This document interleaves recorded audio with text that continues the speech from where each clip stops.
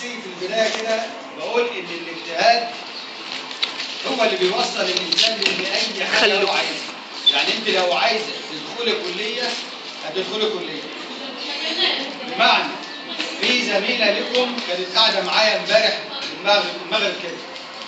الزميله دي خريجه دبلوم وبعدين دخلت معهد المحله سنتين، ودخلت من معهد المحله كليه التربيه النوعيه جامعه المنصوره، وبعد كليه التربيه حضرت ماجستير ودكتوراه. يعني معنى الكلام ده ان في عندنا خريج من المدرسه دكاتره بيدرسوا في الجامعه. فاحنا نتمنى ان انتوا تبقوا كده، حاولوا تجتهدوا ان شاء الله، وباذن الله يطلع منكم ناس داخله جامعه.